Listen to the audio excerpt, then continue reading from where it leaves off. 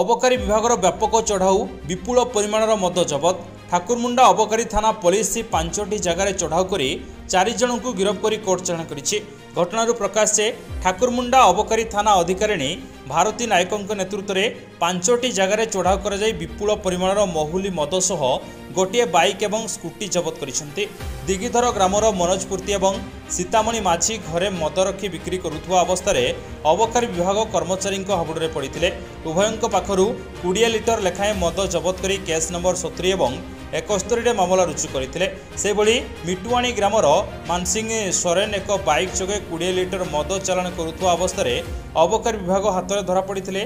ठीक सेतेबेले सुनिंदा ग्रामर क्षमाकर पात्र 25 लिटर मद नहीं एक स्कूटी रे जाउथुवा बेले अबकारी विभाग हाथ में पड़ जाइथिले। उभयों नाम 72 और 73 मामला रुजु कर ठाकुरमुंडा कोर्ट रे हाजर करथिले। मात्र जामिन नामंजूर होबारु सेमानंकु करंचिया जेल को पठाई दे जाइछि। आजिर एही चढ़ाऊ कार्यक्रम में ओएसआई दिलीप कुमार टुडू, चंद्रकांत मुदुली और सस्मिता बेहरा सामिल थे। मयूरभंज जिला करंजियारू हरेकृष्ण त्रिपाठी रिपोर्ट, पवित्र न्यूज ओडिशा।